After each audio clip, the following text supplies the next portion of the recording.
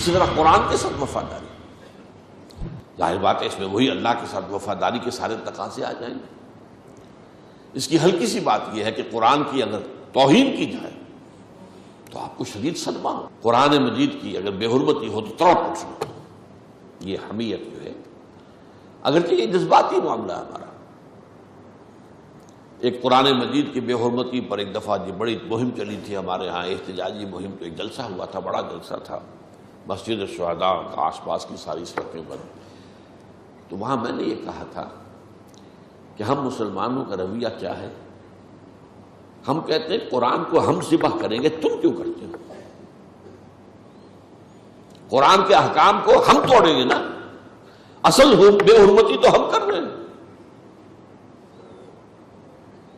ما آمن بالقرآن من استحل محارمہ، لیکن جذبات کا معاملہ ہے۔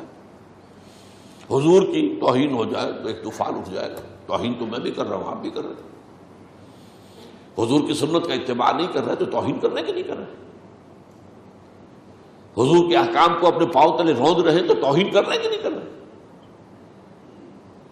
لیکن کسی نے توہین کر دی تو اب ہمارا خون کھول اٹھتا ہے۔ میں بھی اچھی بات ہے، وہ اتنی حمیت تو ہونی چاہیے، لیکن یہ معاملہ جذباتی صرف ہے۔ اصل جو ہے سمجھنا چاہیے کہ اللہ کے ساتھ وفاداری اور اللہ کی کتاب اور رسول کے ساتھ وفاداری کے تقاضے کیا ہیں۔